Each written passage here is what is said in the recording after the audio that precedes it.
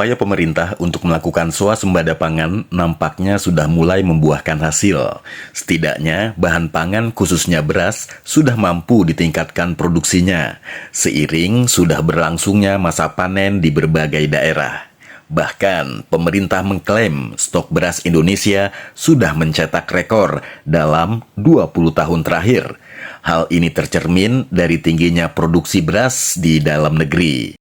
Menteri Pertanian Amran Sulaiman menyampaikan serapan beras sampai bulan April tertinggi dalam 1 dekade. Kemudian stok beras juga menunjukkan angka yang tinggi, yakni mencapai 3 juta ton. Produksi jagung juga produksinya cukup tinggi, sehingga dengan tanam serempak diyakini produksi kedepannya lebih tinggi. Dengan kondisi tersebut, maka sejumlah kalangan meyakini swasembada pangan dapat segera tercapai. Dalam hitungan pemerintah, jika sampai tahun 2026 apabila kondisinya normal, maka dipastikan tidak perlu impor beras lagi.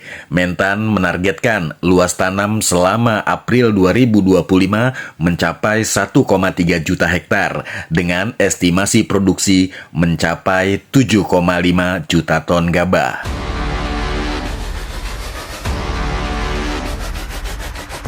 Indonesia sedang mengejar target swasembada pangan di saat Malaysia dan Jepang dihantam krisis beras. Bahkan negeri jiran tiba-tiba meminta stok beras Indonesia. Namun Menteri Pertanian secara tegas menolak permohonan Menteri Pertanian dan Keterjaminan Makanan Malaysia YB Datuk Seri Haji Muhammad bin Sabu. Penolakan tersebut dilakukan dengan alasan cadangan yang ada saat ini untuk sementara dimanfaatkan sebagai penyangga stok nasional. Yang menarik, Malaysia, saudara kita,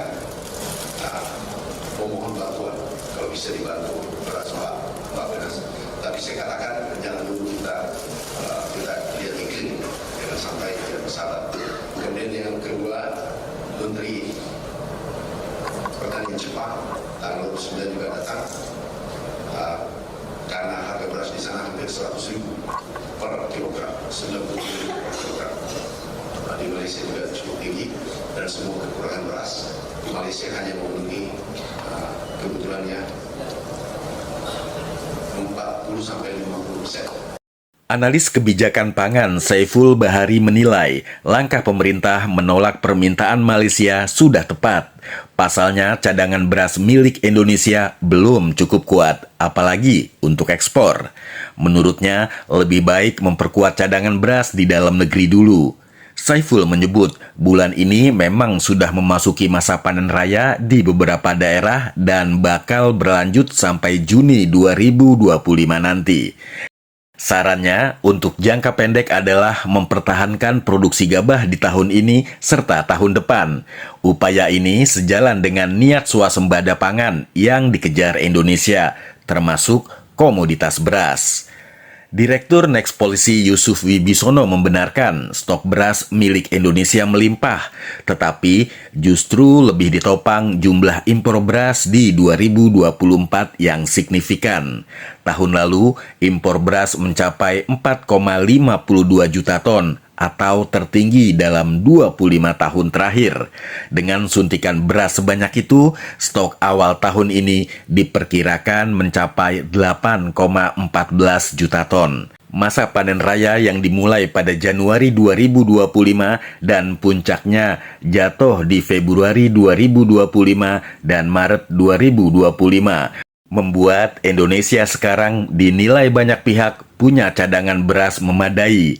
Yusuf menilai kondisi stok pangan Indonesia saat ini tidak bisa pula disebut sepenuhnya aman. Terlalu jauh jika Indonesia dikaitkan dengan ekspor pangan seperti keinginan Malaysia impor beras dari Indonesia. Yusuf memandang food estate atau lumbung pangan bukan jalan keluar dari ancaman krisis pangan. Pemerintah justru disarankan agar bertindak efektif untuk menghentikan alih fungsi lahan sawah dan merawat family farming yang utamanya berlokasi di Jawa sebagai lumbung pangan nasional. Di sisi lain, juga menyangkut penurunan kapasitas produksi beras nasional yang diperburuk dengan kelemahan tata niaga beras. jalur distribusi dan pemasaran beras yang dulu dikuasai Bulog dan penggilingan kecil serta menengah, kini justru didominasi oleh penggilingan dan pabrik skala besar. Masuknya pemain besar di jalur distribusi dan pemasaran beras telah mengubah pasar di hulu. Imbasnya, persaingan yang menguat untuk memperebutkan gabah kering panen di tingkat petani.